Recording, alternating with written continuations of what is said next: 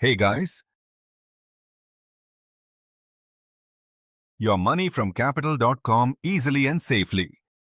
First, log in to your Capital.com account. Once you're in, click on Open Platform to access your dashboard.